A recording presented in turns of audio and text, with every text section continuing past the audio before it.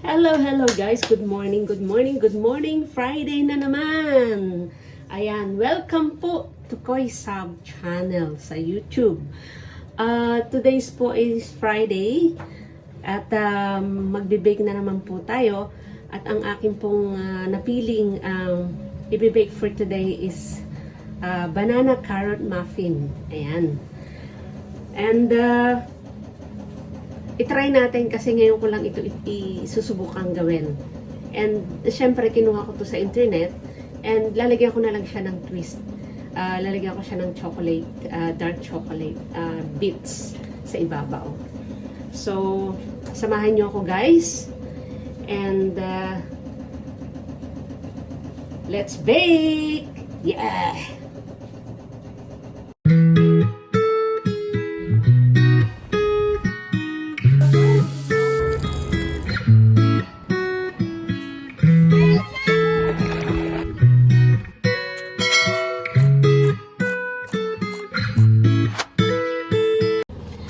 Guys, so start po tayo na paghalu-haluin ang ating 1 1/4 cup na all-purpose flour, 1 teaspoon baking powder, 1/2 teaspoon na baking soda, 1/4 teaspoon na sea salt, and 1/4 teaspoon na cinnamon.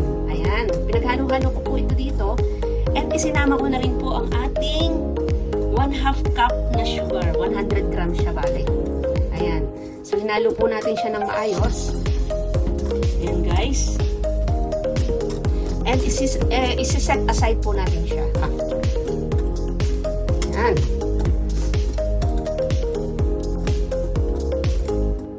Ayan, guys. And then, iset aside po natin. Next po natin na gagawin, guys, ay ang banana. Imamash po natin siya. Bali, 2 large banana lang po siya. Kaya lang maliliit kasi yung aking nabiling saging. Ito po ay hinog na. Yung medyo may batik-batik na yung balat. Ayan. So, imamash po natin siya. Kung makakabili kayo ng 2 large banana, guys, dalawa lang. Ito kasi tatlong ginamit ko kasi medyo maliit. Ayan. Okay. And isasama po natin ang ating 1 cup na carrots.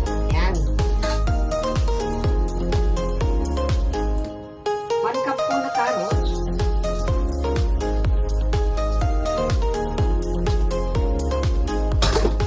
Ayan, isasama po natin dito. 1 cup po siya.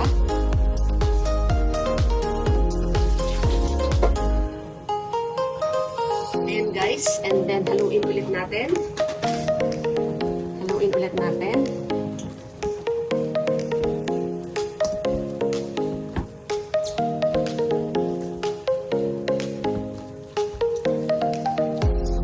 Guys, ilalagay natin yung ating 2 itlog.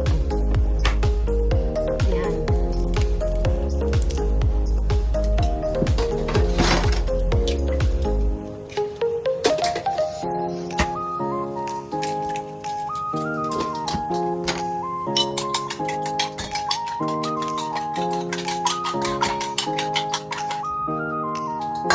Room temperature po ang ating ginamit. Room temperature na 2 itlog.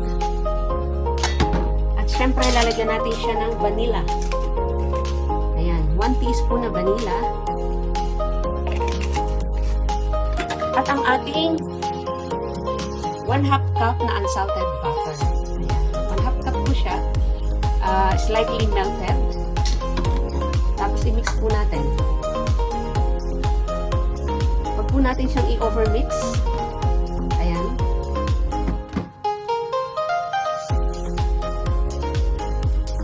And saka po natin ihahalo yung ating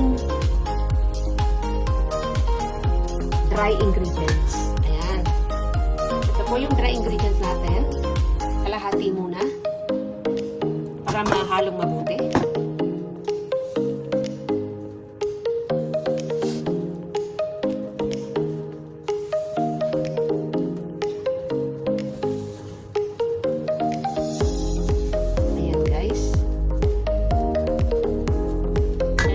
Isama na po natin lahat. Ayan.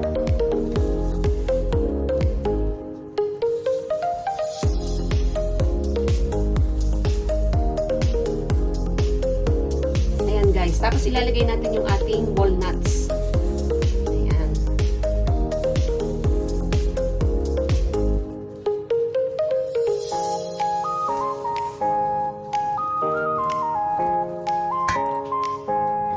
And guys, inaroast ko ng konti ang ating walnut para lumabas po yung lasa. Mas lalong, yung lumabas yung oil niya, para mas malasa, mas masarap siyang ihalo. Mas masarap siyang kainin actually yan. So, i-roast po lang natin siya ng 6 to 8 minutes bago natin ihalo dun sa ating muffin. Ayan.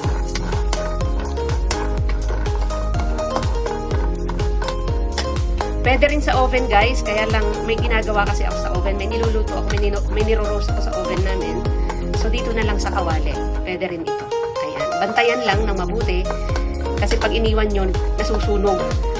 Maraming beses na akong nasunugan kasi hindi ko siya nababantayan ng maayos. Ayan.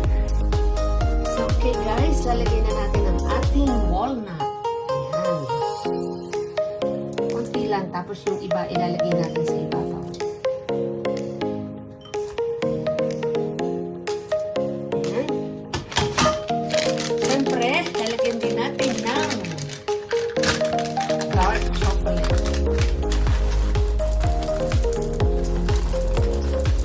Dark chocolate po ang ginagamit ko kasi gusto ko siyang hindi masyadong tamis. Pangalawa, ang dark chocolate po ay napaka-healthy.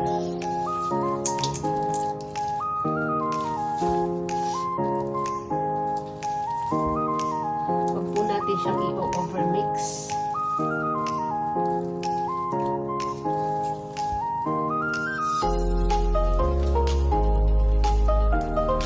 Mahalo lang mabuti yung ating ayan. At syempre, ilalagay na natin sa ating muffin tin. Ayan guys. Okay guys, ilalagay na natin sa ating muffin. Let's see kung ilan ang magagawa natin.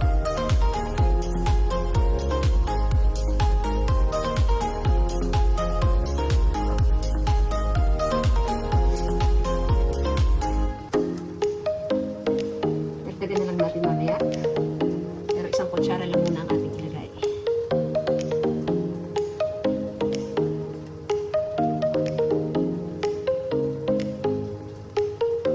Baka makagawa tayo ng more than 12.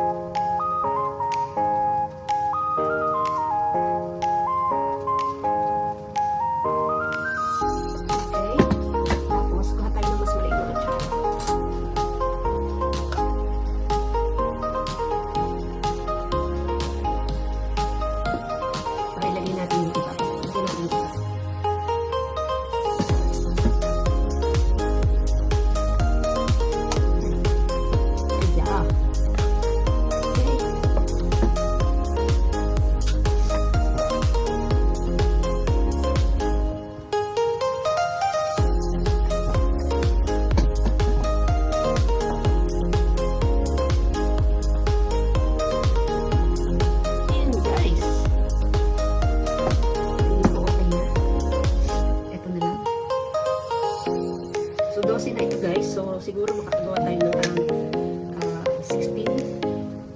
Pwede pa ito ng 4 or 5.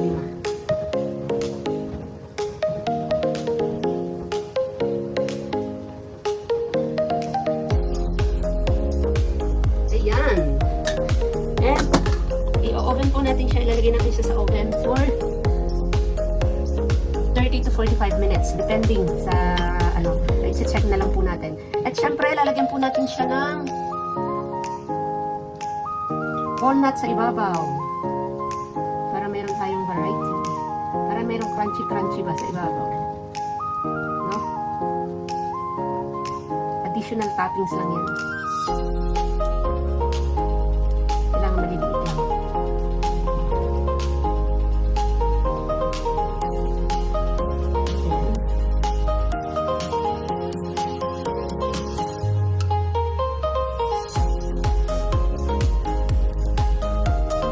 Ayan guys, at atin na po ilalagay sa ating oven. Ayan. Okay guys, lalagyan na natin sa ating oven. Ayan. So, luto na siya guys. Pag once na inilagay natin yung toothpick na clean paglabas. Pero approximately 30 to 45 minutes. Bantayan lang talaga. Ayan. Excited na ako guys. Yahoo! Guys, luto na. Check lang natin kung ayan, yung chocolate siya lumabas. So, okay na siya guys. Yay! Hi guys! Ayan. Tapos na ang ating baking. And nakagawa po ako ng 16 peraso. Ayan. Pieces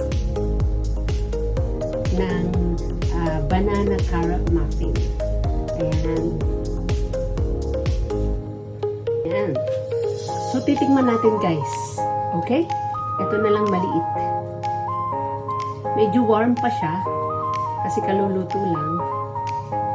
Ayan yun guys. Muusok pa.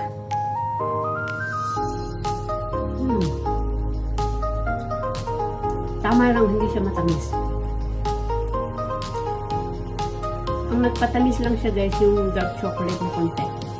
Pero, tignan mo, umuusok pa.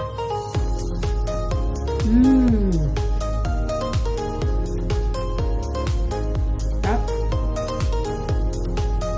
Sarap guys, masarap. Simpleng-simpleng recipe. Ayan. So, thank you guys for watching. At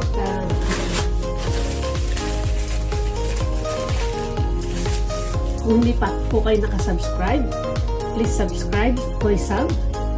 And para updated kayo sa mga ibibake ko pa sa future. Ayan. Thank you, thank you, thank you. And God bless everyone. Thank you so much.